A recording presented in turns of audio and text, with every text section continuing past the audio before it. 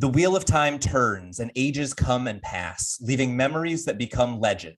Legend fades to myth, and even myth is long forgotten when the age that gave it birth comes again.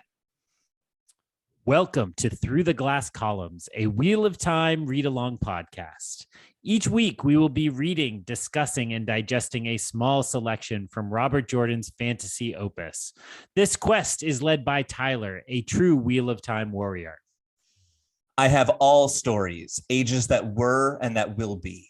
And I'll be joined by Greg, a complete novice to the Wheel of Time. The Wheel of Time and the wheel of a man's life turn alike without pity or mercy. Join us each week as we read the Wheel of Time in our own sweet time, traveling deeper and deeper through the glass columns. But what does that even mean? No. You don't get to find out yet.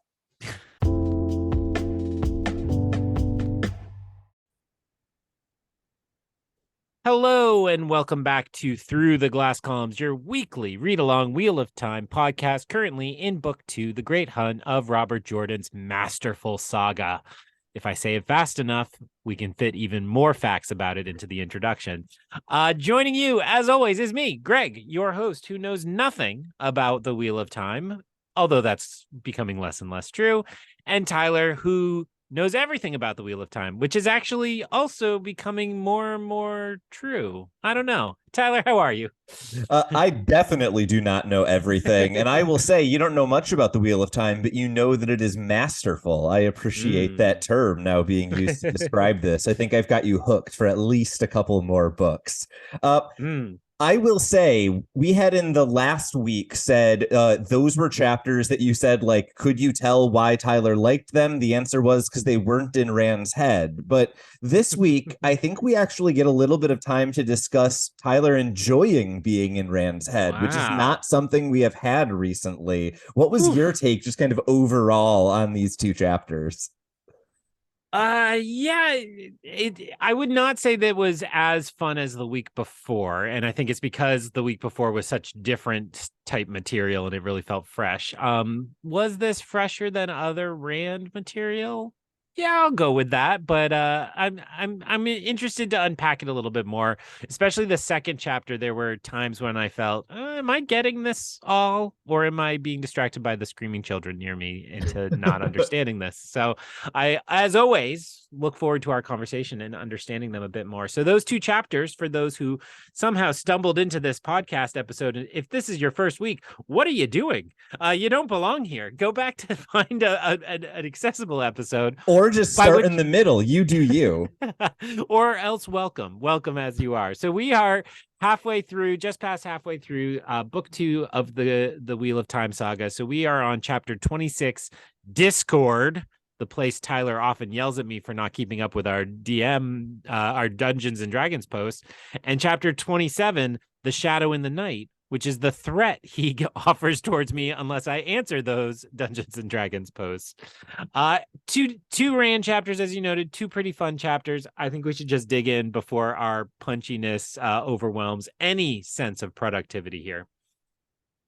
That sounds like a good plan to me, because productivity is not a thing I'm good at on Sunday nights, let me tell you. So Rand begins this chapter, Discord, by running upstairs, just thrilled that Tom is alive. He tells Loial and Hurin that this is the case. And immediately he starts kind of insisting that Loial accompany him to the Bunch of Grapes, which is where Tom is staying. And at first, Loial is really reticent because he's afraid he's going to be seen by another Ogier, and he expresses how kind of rash it was for him to leave in the way that he did. But eventually, Rand is able to convince him to leave. When they arrive at the Bunch of Grapes, they are told by the innkeeper to go upstairs to Tom's room, and Dina will likely let them wait there. When they get upstairs, they meet Dina. It soon becomes apparent that she is in a romantic relationship with Tom. She intends to be a gleeman someday and is learning the skills from Tom. And just as soon as Rand starts to get a little bit uncomfortable with what the relationship might look like, Tom immediately arrives and sweeps Dina off her feet and greets Rand, and then sends Dina off to get her knives so that he and Rand can have a kind of more detailed conversation. At this point, Rand immediately tells him that he has the Horn of Valir. Tom seems intrigued, but rejects any offer of coming along. He seems to say, more or less, I'm living my life, you're living yours. If you're free of Moraine, that's wonderful. I'm glad the Aes Sedai aren't in your life anymore, but I'm done with it. At this point, Rand and Tom have a brief conversation about his nephew Owen, who apparently could channel the One Power, and then Rand asks Loial to leave and go downstairs, and then begins asking Tom about the Dragon Reborn. We hear a couple of pieces of prophecy that we hadn't heard before, and then once again, Tom makes it very, very clear he is not going to be going with Rand, and then as Rand leaves, we get just a very brief conversation where Tom, basically the innkeeper, comes in and is trying to warn Tom away from getting involved with Daz Daymar, and Tom is almost surprised to realize how much of a noble Rand looks like, and he seems like he kind of missed a lot of what was going on in that conversation, and seems a little frustrated by the fact that he didn't notice any of that. So I think this is an interesting chapter in that it's the reintroduction of Tom, and it is doing so in a way that at least initially makes it appear as if Tom is not going to be a long-term part of this story. So what was your thought on this reintroduction of Tom and the new introduction of a character whose name I think is Dina, but might be Denna, and I'm not sure because Robert Jordan names don't seem consistent to me. Your thoughts on the chapter overall?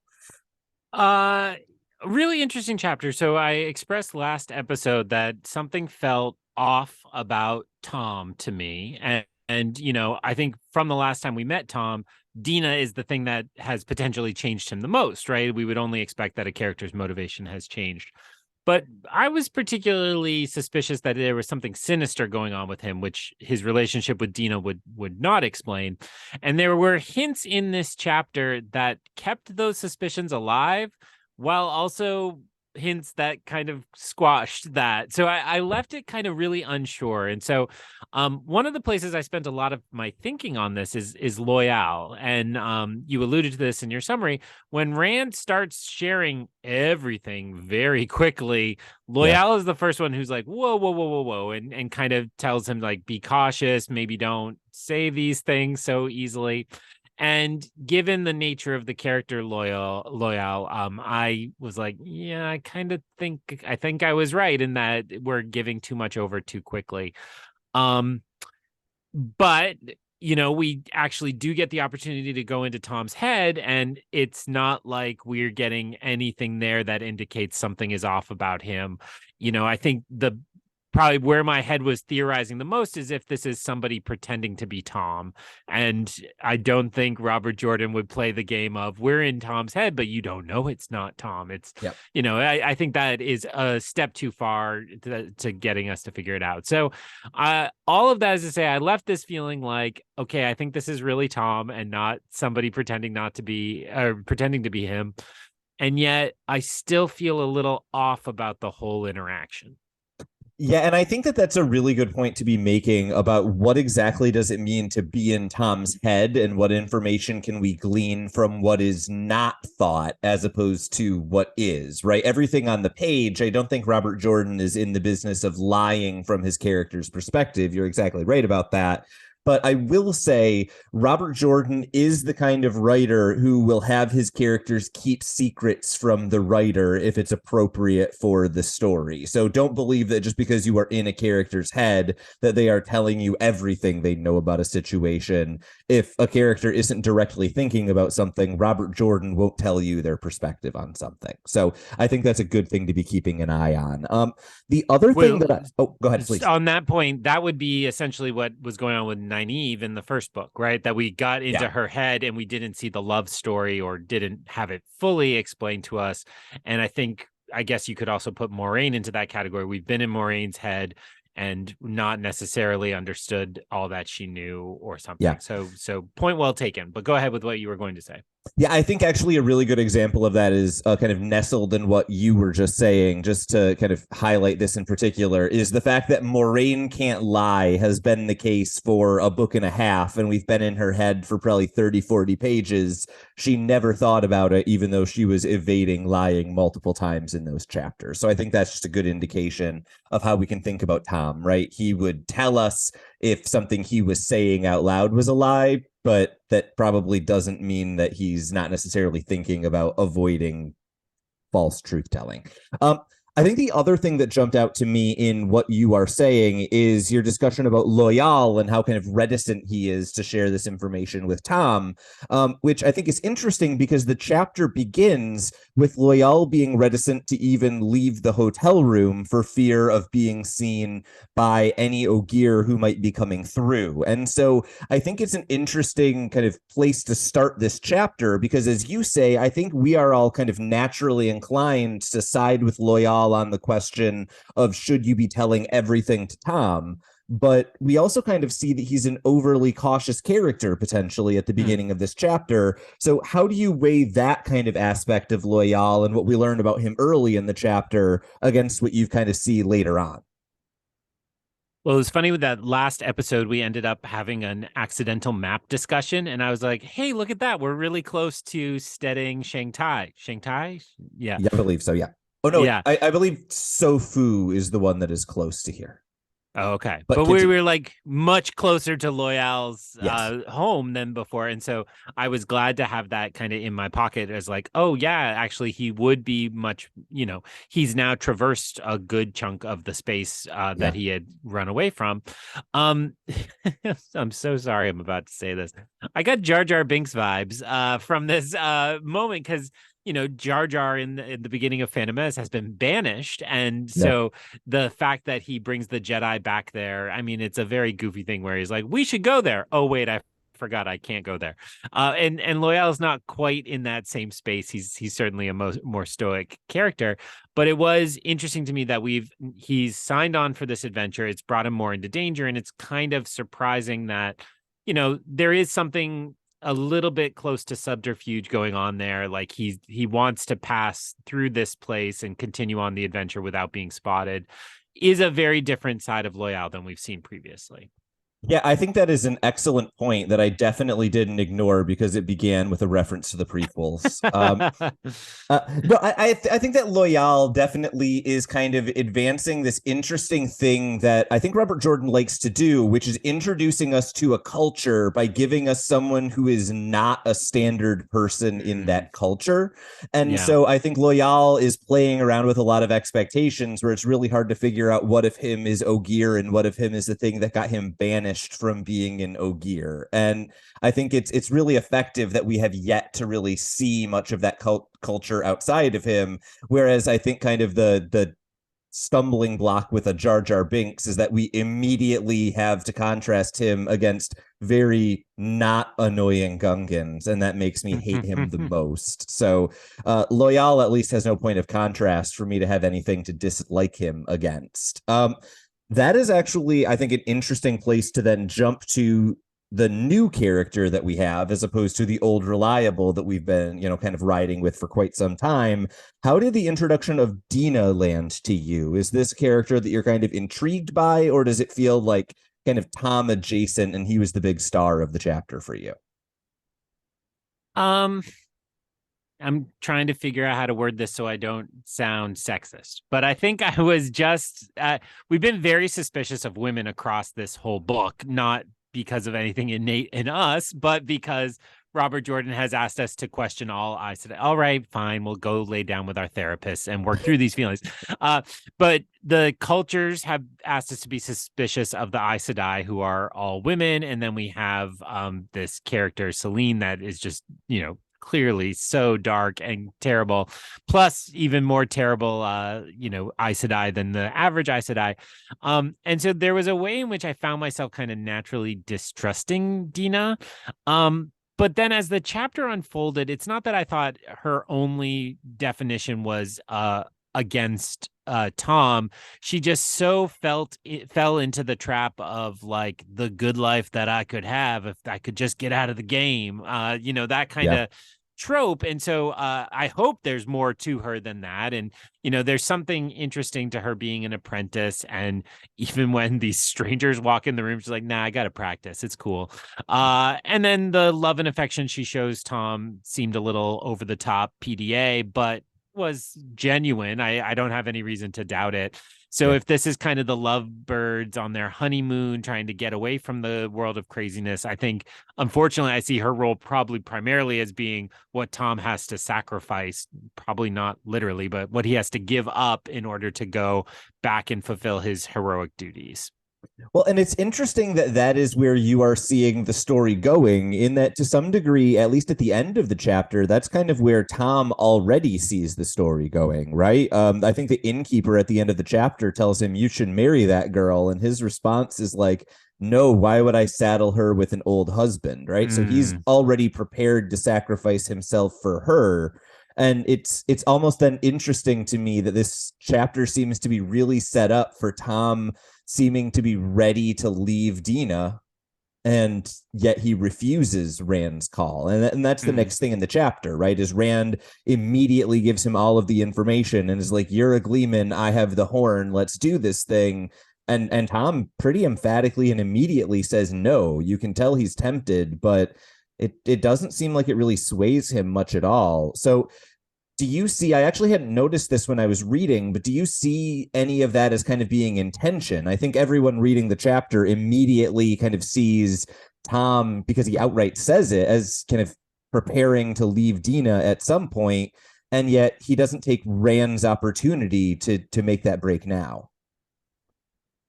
Yeah, well, I think Tom is one of the characters who was collecting stories, right? When we first met him, and that was his initial reason for going along with the Fellowship, for lack of a better word for all of them. And so it is interesting that, as you just alluded to, this is the greatest opportunity, right? This is, the full Rich and Famous contract from the Muppet movie being handed to him to be the Gleeman of all Gleeman. And yet I don't see that really as being a motivation fully, or I don't know how that's clunky wording, but it's certainly, as you're saying, it's not overcoming Dina, despite him being sure Dina should be with somebody else. And so there is that, I think I read the, oh, I'm just a tired old man, is just kind of self-deprecating, like, who could love me, droopy face, and it's like, no, like, you're loved by this seemingly beautiful, seemingly amorous woman, which, I mean, isn't that the dream?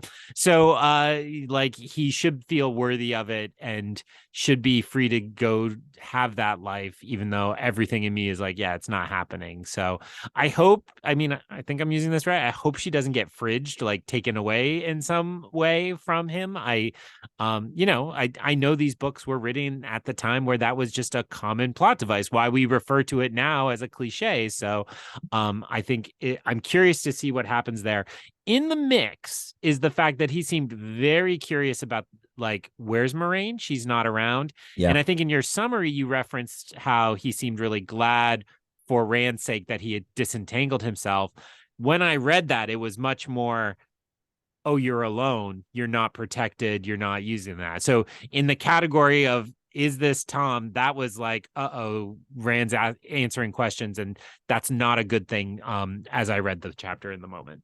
Yeah, and I think at the end of the chapter, we get the only thing that even maybe subtly counteracts that, but I think you're right to be potentially suspicious of that. The only other thing is at the end of the chapter, Tom makes it clear that he previously believed that one of the three boys, Moiraine, was after them because they could channel. And so Tom, it seems, is the two moments that he seems really relieved in the chapter are when Rand says that Moiraine is no longer with him, and then later in the chapter, he reassures Tom that there is no Aes Sedai with him at all. And after Rand has left, in Tom's head, he actually says something along the lines of, I must have been wrong about what Moiraine was looking for. They never would have let him get away gentle or ungentled if he could channel. And so I think there's possibly the story of why he's so excited that Moiraine isn't there is at least partially tied up in that. He's just relieved that Rand isn't a boy who can channel and thus will have to be gentled.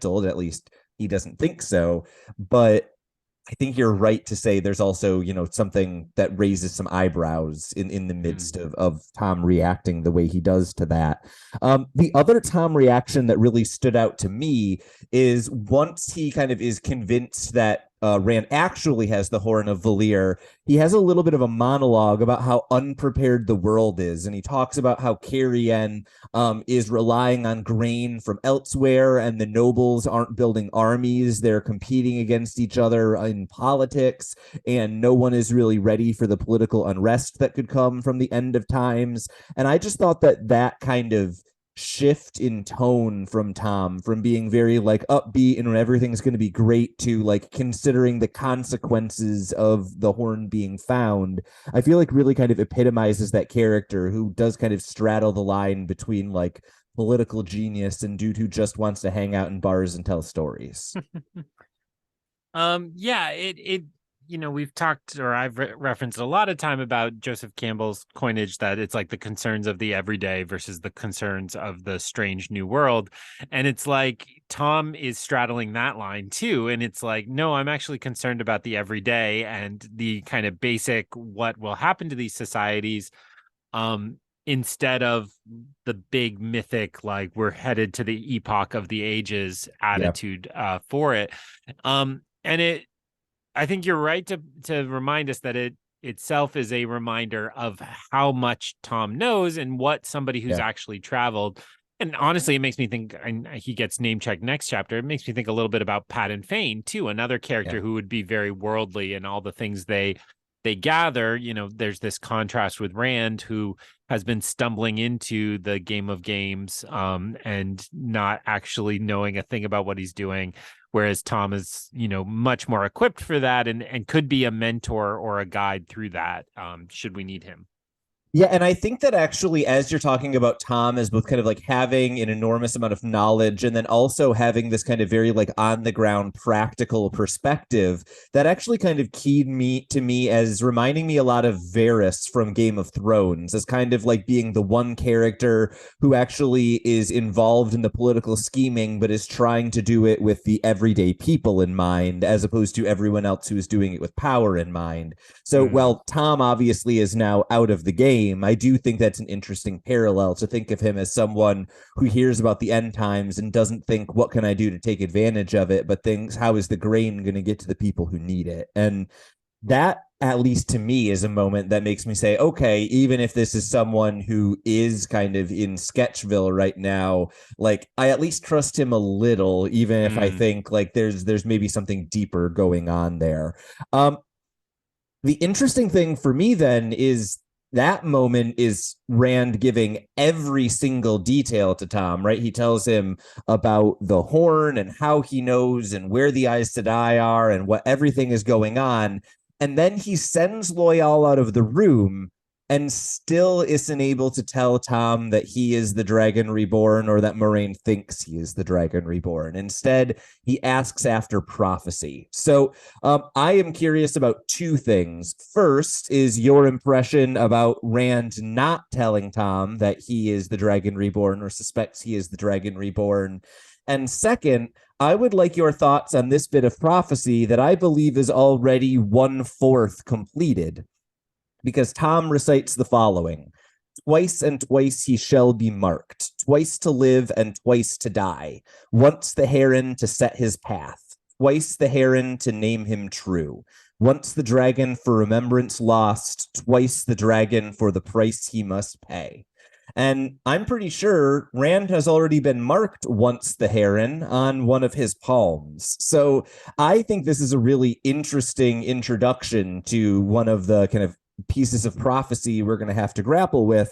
What was your take both on Rand's approach to asking about the Dragon Reborn and this initial answer that Tom gives? So the Dragon Reborn piece and not revealing that, I think he still has enough sense to recognize that that's what puts him in danger in the larger society. That's what makes him a target. And so I think in some ways he's still afraid to give that up. I think that's also in some ways he's afraid to admit it to himself. So if he doesn't say it, then it's not going to be true, continue to not be true. Yeah. Even though I think there's some failure in that logic as we go through. So I was really curious about that first prophecy you noted. And, I think I went to the same thing, that he had his hand marked. I mean, it's in the next paragraph in case you forgot it, but Yeah. What's interesting to me is that's a moment where Tom notices the herons embroidered on his collar, right? Like that's Right. as he's reciting it, he notes those. And then I guess the kind of, never mind. I have 5 because there's 3 on the sword itself. All of that is immediately like, yeah, and none of those are you, right? None of those are your body as a part of that. And so I think I struggled with that moment, knowing, is Rand, I mean, I think part of it is Rand just throwing him off, but, is that also like Tom touching the clothing? It's a little weird, like, if he thinks that. And don't forget, too, that it was actually Moiraine who picked out this clothing for Rand. She swapped out all of the clothes that he had before. So the fact that Rand is now covered in herons is not something that is coincidental, right? Moiraine is either trying to do something to tie him to this prophecy, or potentially, for people who are really well-versed like Tom, trying to throw them off the scent by making it so there are too many herons for the prophecy to apply. So I think this may be simultaneously Tom reading deeply into the game and Moiraine already having planned for people to read deeply into the game. So once we get into too many layers, I kind of tap out. But I think there's some stuff going on there. Well, and only related to that is we've talked previously about how the sword seemed to not be part of the prophecy, right? I think that was at the end of book 1. I said, oh, it feels like this is the thing that makes this all different. And we also talked about the shadows and those people, but it felt like the sword was not supposed to be part of the plan. And yet here it is so clearly written into the prophecy that, everybody has always noted the heron mark blade, but nobody had tied it into a prophecy, to my knowledge, or to my memory, I should say.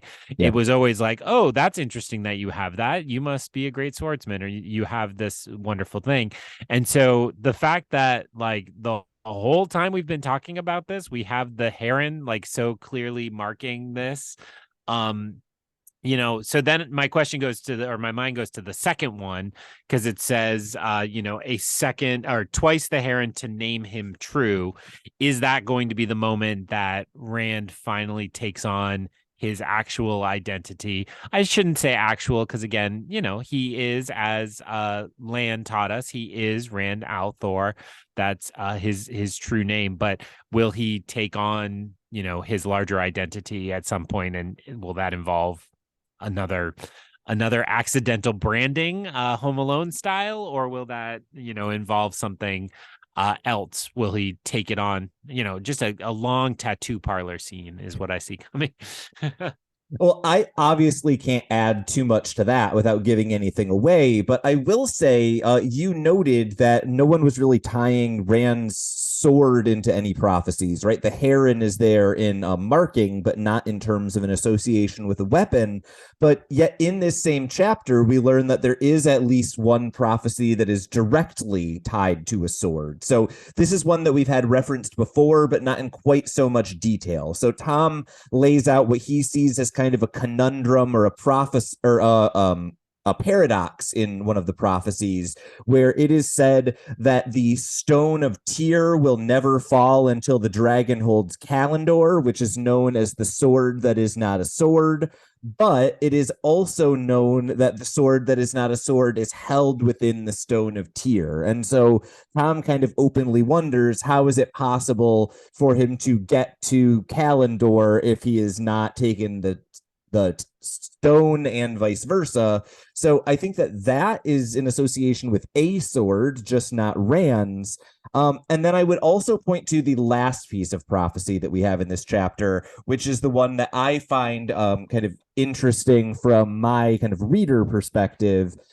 So this is the one, again, on the same page as the previous, at least in my edition of the book. Twice dawns the day when his blood is shed, once for mourning, once for birth. Red on black, the dragon's blood stains the rock of Shaiol Ghul in the free men from the shadow. So this prophecy, I think, is really interesting to me for two reasons. One is because, unlike everything we've seen before, this is not a happy yay prophecy about the dragon. This is a horrible things will probably happen to the dragon kind of prophecy. And number two, the reason I get very excited about this prophecy is because Rand actually reacts to it instead of pushing it away like he has done every time he hears negative information. And so this is actually why I said I'm actually happy to be in Rand's head, at least for a couple of chapters, is because Rand grappling with the darkness of his future, his prophesied future, is one of the most interesting things that this character can do from my perspective, as opposed to not understanding that Selene is evil, which, as we will see again in the next chapter, is the bane of my existence. So what are your thoughts on these last two prophecies and what I think of as kind of like the dark turn that we start to see a little bit in terms of what it means to be the dragon? Yeah, it's actually Harry Potter. I think it's Ollivander says the other person who wields this wand did great things, terrible things, but great things. And it feels very much like that, right? Like the Yeah. dragon is going to do like great as in size of things, but terrible at the same time. And that kind Yeah. of duality of like there's going to be a huge cost to this. Um, Shayol Ghul, Yes. is that the place they went? What So that my Lauren? yeah, so that I believe we've had one or two references is more or less think of it as like the equivalent of Mount Doom, right? It's the Okay. like Dark One Central. And so it's been referenced a couple of times as like in the Age of Legends, someone like struck at Shayol Ghul, or the Dark One was coming from Shayol Ghul. But basically, it is in the Blight, and I think if you look in your map, it is actually kind of the very top middle of the map. You'll see just like a small mountain, and Shayol Ghul is noted. But it's actually relatively far away from the Eye of the World, which, as was noted in the previous book, moves. So we have not been there, but we have at least been to the region that this takes place. I actually do want to mention one thing that is not directly in the book, but would have kind of been available publicly at the time that this book came out. The first two books of this series were published very quickly after one another. I think there was only like a 4 or 5 month gap between them. And as part of the promotion for the second book, one of the things that Robert Jordan discussed is kind of what he kind of described as like a thesis statement or kind of his overall goal for the series was. And one of the ways he described this is as being he wanted to tell the story of what would it mean if you were a chosen one, and being the chosen one was actually kind of a terrible thing to be. And I think we're really starting to see that a bit more in this chapter. And for me, that's what I get excited to read about with Rand. So that's why I'm kind of seeing all of these links to Shayol Ghul and Darkness and the end as being so interesting to me, is because very early on, Robert Jordan identified that as kind of a core part of what it meant to be the Dragon Reborn. Interesting. And well, the only other thing I'll say, kind of where my head in my notes I recorded these thoughts, is there's two moments here, and you've just referenced both of them. The one of the conundrum, how do I do this here? And like the chicken and egg problem of that. And then the second one being like, how would a day dawn twice? And we have, since the last we saw this, entered into this mythology with other planes of reality related to this. Right. So that's where I went in my notes. I'm like, okay, well, it's like, how could there be two things? It's like, we just learned how there could be not just two, but many, many multiverse things. So I think that to me is, I'm like, I think we're starting to see one potential for how those things could become true at the same time, even if, it's not the end all answer. It's like, well, yeah, we're seeing a lot of doublings, and now it's like, okay, now we're getting there. So that's all I ended up saying about the prophecy. I think we've talked before. Prophecies to me are always a little like, yeah, whatever, dude. Like, let's just get through it, and yeah, and then I'll look after. There's always that moment where some character's like, oh, Rand, I just remembered. Here's the prophecy, and you're like, okay, good on you, Robert Jordan. You told me, in this case, probably 12 books ago, what to expect, and it happened. So that's where I kind of left the prophecy. No, and that's totally reasonable. I think the only other thing I've got is my last note on the chapter. We kind of go like dark prophecy, blood on the stones, probably Rand's blood. That sounds really dark. And then immediately follow it up with Rand asking about Owen and madness. And what we learn is that even someone who doesn't seem like they were channeling much and seemed like they were avoiding doing it as much as they could, Owen made it 3 years before it was pretty clear that he was mad by the time the Red Ajah came. So if Rand was looking for any sort of kind of like comfort, he got a couple years of it. What was your take on this, which I think is probably not at all reassuring in the way that I'm sure Rand was hoping for? Yeah, so it was almost reassuring to me though, because we're seeing, I presume, no sign of that madness. Again, there's some things like, if you convince me later that the void in the darkness is madness or something, like, yeah, maybe that I could see that I being was true. convinced the flies were the thing. Oh yeah, for a yeah, long yeah. time. So maybe there's something that I'm just not fully perceiving that's like that, but it was almost reassuring to me because it's like, oh, it happens quick, and Rand, despite his flaws and obliviousness, seems to be acting rationally according to the logic of his mind. So it's like, okay, I think at least for now we're okay. We'll see where that goes after this, but a suggestion that he is different in some way. Yeah, and I think that's basically the right thing to be taking here is that we kind of get a pessimistic message, but then we're also kind of starting to piece together, okay, but what about this is Owen's story, and how is Rand different, and what are the things that we think might, potentially save him from madness, or what are the signs of madness? I think for me, this is just like a tiny piece of what is a puzzle that right now we have like 12 of 100 pieces of. So there's not a whole lot to say other than like, ooh, look, a puzzle piece. And we can kind of come back to it later once we kind of finally start to assemble the full picture a little bit better. I don't have any additional notes on the last scene from Tom's perspective. I think mostly because we hit it a little bit in the Dina discussion. Did you have anything else in the last bit of the chapter before we move on to chapter 27? It was a little confusing. That was the innkeeper who came back to say all this. Like, Yeah. I'd confused the two names. So I'm like, oh, Dina came back, or the girlfriend came back, the mistress came back, and then I was like, oh no, this is the innkeeper who's like, get out of the game, son. And it all obviously became clear as I read it. But I'm like, what a weird role. But I guess we're getting a hint that there's a larger relationship there of some kind. So yeah, and I think Tom even referred to her as an old friend, which makes me just go like, okay, this is a character who will probably come back in 8 books. That seems to be how Robert Jordan works. Sure. Barring any last shouts of things you remember, I say we then switch over to chapter 27, The Shadow in the Night, in which Rand leaves a hotel. Loial realized that he was cheated at dice, and then suddenly puppets that you thought were puppets are actually Trollocs. Rand is attacked by a Trolloc that was pretending to be a puppet. He kills it and then is attacked by another. He is grabbed, and Loial is able to separate him from the Trolloc, but then Rand is not able to attack it without hurting Loial until Loial eventually kills the Trolloc and actually seems somewhat distraught because it's the first time he's killed anything, even if it was something evil. They are then kind of trying to find their way into the crowd because they think the Trollocs won't come after them if there are thousands of people around, but they are constantly being kind of boxed into the alleys, and it seems like the Trollocs are relatively well coordinated. Eventually, they realize their only hope is to go through one of the walls to what initially they think are nearby manors, but eventually realize is a chapter house of the Illuminators.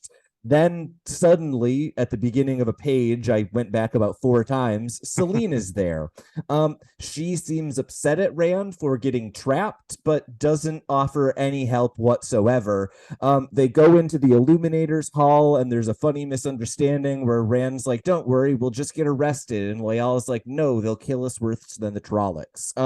They set off some fireworks, and a guy named Tammuz gets yelled at, and then they set off some more fireworks and everything explodes, including a Trolloc, and they run away and Selene disappears, and it's an action chapter. This is going to be a relatively quick summary. They get back to the inn, and there is another letter from Selene for Rand. Think of the glory. Always think of the glory. The chapter ends with Rand thinking to himself, "Are all women crazy?" And let me answer that: yes, but so are all men. Greg, what was your thought on this chapter? You scare me there. I'm like, no, we're trying to prove we're not sexist this episode. We're really digging ourselves a hole. Yeah, my notes on this chapter are very short. It's not that I thought it was bad action, but it is just a lot of kind of actiony action. Yeah. I thought the way they were disguising themselves as the puppets was cool, and that was kind of an interesting something. Felt very, very ready for the television show to kind of play with and do something fun with.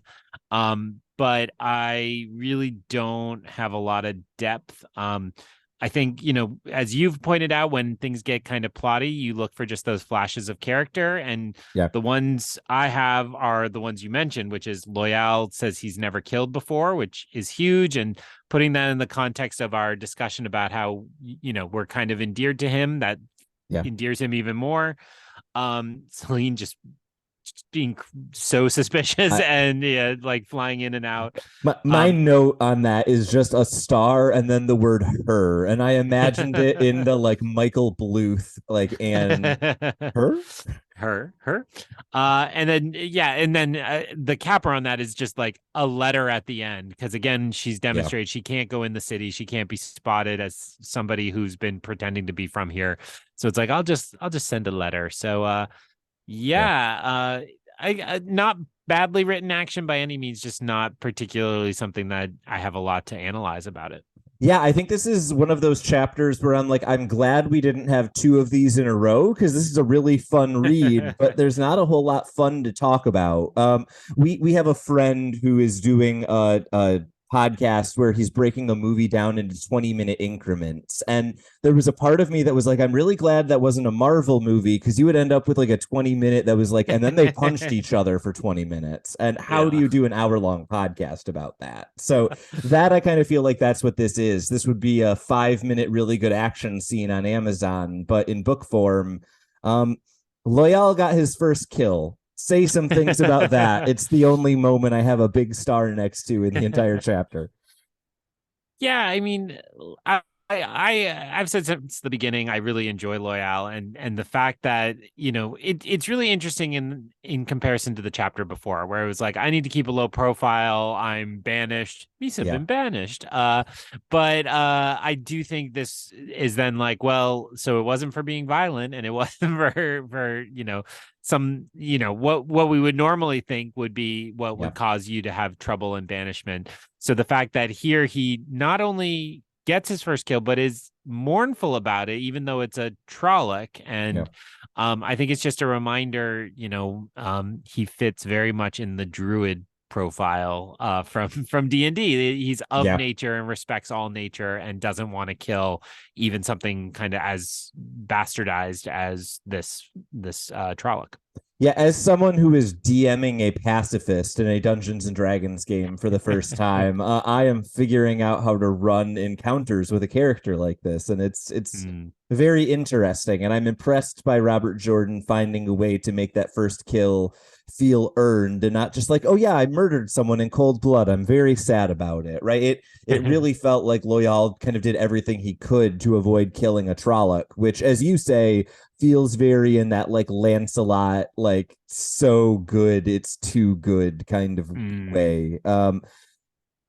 That's what I have for Loyal and his first kill. It's a well-written scene. I think it's effectively done. It makes me love that character more than I already did. The other thing that jumps out to me in the early section of this chapter is just how coordinated the Trollocs are. And when they were that coordinated at Shadar Logoth, it's worth noting that both Moraine and Lan were kind of raving about it. There's no one here to rave about it, so I will. Something is going on for Trollocs to be this coordinated, to be cutting off every exit that Rand is trying to approach and look enough like puppets while doing it to not spook a crowd. So I think that should, whether it's Fane or something else, that maybe should raise a few questions about what's coordinating this. But that's kind of the closest thing to a mystery, as I feel like we're developing in a run through the sewers kind of scene. I'm not thinking of a good example right now, but there's a move in movies. Do you know what the best example is? Is Jurassic Park, where you hear over and over again that Lexi likes computers. Lexi, the Oh, girl, yeah. Yeah. yeah, Lexi, and then like later they need to hack the system, and she sits down at this computer and she's like, Unix system, I know this. And it's like, yes, and we know you know that because you've told us 10 times you've been 18 hacked. times. Yeah, it almost felt like that when it was like, they're hurting us. I'm a shepherd, I know this. Like it felt almost like a revelation that, like, of course I can figure this out because I've been herding sheep all my life and now I'm being herded. That's unfair to Jurassic Park, and I'll send a letter apologizing to Steven Spielberg. It's unfair to the book, and I'll send a letter to the Jordan estate. But it did just feel like, yeah, it's kind of like everything is so obviously telegraphed here. I agree. And I did like the puppet thing as like a visual thing, and then immediately thought like that should be beyond Trollocs. I lump Trollocs into not even orcs in Lord of the Rings, but more like the trolls, and I mean trolls, Trollocs, but that are somehow more bestial and don't seem to have full consciousness, and in that film version at least. That's a little unfair too. Bilbo's trolls do, but the later trolls, like they've got a cave troll. Like that troll doesn't seem like he's sitting down and talking. So it did feel like this is a advanced stage of their development, or something is pulling the strings, like you're saying, and I think that's a fair mystery. I will say I don't think it's Selene. Selene to me feels like she is an actor of opportunity here, that she sees her chance to have her schemes succeed failing, so she's going to pop in and offer next to no help, as you noted, but just remind him he needs to succeed and that this isn't what it's about. Or offer the chance to get him to use a little bit of the dark side powers. It seemed like that was her pure game, and didn't want the game to be over. But I do not think it's her. I think it's much more likely that it's Fane still controlling this in some way, or perhaps some of those ghosty people. Yeah, and I think that one of the things that stood out to me when Selene arrived is how much it felt like she was simultaneously surprised by what Rand was doing, but then also it felt like she was evaluating Rand in a lot of ways. And I got the same read you did. It felt like she was observing someone taking a test, but not one she had designed. Right. And so I still got that kind of like very sus vibe without ever worrying, at least in my mind, that she was the one behind the Trollocs. I immediately jumped to either Fane or someone like a step above Fane, if that's a thing that exists. I have nothing else to say about Selene. We have said in every way we possibly can that we are suspicious of her, which lets me jump to what I think is a wonderful comp that you will probably tell me is ridiculous. Or Tammuz, who is insulted every which way, could make me think of nothing but Jerry Gergich, right? Like, just the number of times that thing goes wrong for that man in 5 pages. It feels appropriate. I like that. I didn't think of that at the time, but I certainly like that. I kind of dig the Illuminators and this kind of guild who makes fireworks. I'm like, that's all very cool. That's a little fun world buildy thing. Yeah. I was thinking if this was Skyrim, I would go to their headquarters and just like spend a month just doing all that quest line just to see where it got me. And if getting 100 in for the fireworks skill. Yeah, exactly. And see how far I could get on it. Because that's the way I played that game all the time. Like Thieves Guild. All right, here goes a month of my life. Like I'm gonna That be here. that's why I gave up on that game because I got a month and a half in and I was like, I got 100 in blacksmithing and weapons. What have I done?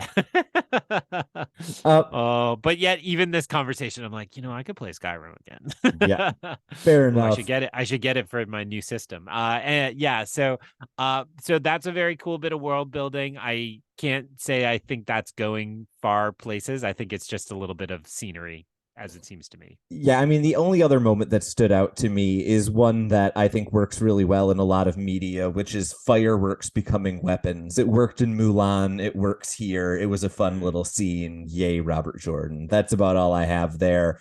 Um, that All kind I of have to say about that is, again, we're doing this timelessly, not connected to any pop culture moments going on, but you should see John Wick 4. no. Uh, Basically what I've got now is Celine is like every girl I dated in the early 2000s in that she breaks up via the fantasy equivalent of text messages. Any last thoughts on Celine just ghosting Rand again? No, I mean, I think her scheme is so much bigger than Rand can begin to perceive. It's just Yeah. gonna keep being like that. And the fact that it ends on Rand having a like bitches be crazy is a little much. It's like, yeah, Rand. I think your point from the synopsis is right. It's like, yeah, call them crazy, call her crazy, call Egwene crazy without thinking of your own erratic behavior. Yeah. But also, again, like in this culture, he's just out of his depth dealing with somebody who's scheming on the level of Celine or Moraine.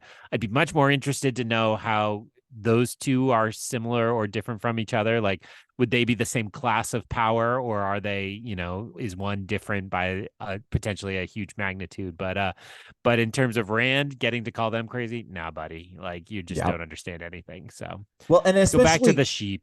especially being like, man, are all women crazy in a world where men who do what I do will literally go crazy? That seems like a bit of a reach, buddy. Yeah. And if you're interested in seeing Rand overreach repeatedly and make a fool of himself, boy, do I have some good news for you. We have 2 more chapters next week.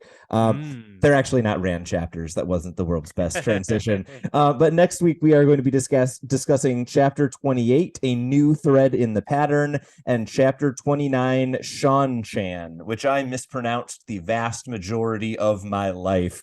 So, Greg, I'm going to let you take us out of this episode with this question. Is there anything you are looking forward to? I think we are now feeling the momentum towards the end game a little bit. So is there anything you are in particularly anticipating as we get into the end of this second book? It feels like we have read the part of the book where we spread everybody out, and then I'm very much looking forward to collapsing them back in. I don't know that we'll have everybody reunited by the end of the book, but I think we're going to start to see these threads come back together in different ways, and that's what I'm excited about. I like this big cast of characters, but I prefer when they're bouncing off each other. And in that regard, the first chapter title is really intriguing to me, and it's the wolf chapter. And then the second one, all I could think of was Aquafina in Shang-Chi being like, your name is Shang and you hid as a guy named Sean. And that's all I'm thinking of as we look forward to next time on Through the Glass Columns. So ends another episode of Through the Glass Columns. We thank you for joining us and continuing with us on our quest to cover all of the Wheel of Time in our own sweet time. This podcast features original content developed by Tyler Orm and Greg Cass and is not in any way affiliated with, associated with, or condoned by the Robert Jordan Estate, Tor Fantasy, or Amazon. All content is intended for entertainment and educational purposes only. If you're enjoying this podcast, please seek out the books from your local bookshop or library and join us as we continue our journey. If you'd like to contact us to share your thoughts or give feedback, you can email us at throughtheglasscolumns@gmail.com or find us on Instagram and Twitter by searching Through the Glass Columns. Thank you once again for being part of this community. If you're enjoying the show, please subscribe to the show, leave us a review wherever you're listening, and recommend this show on your social media to help us grow our community. We look forward to welcoming you back next time through the Glass Columns.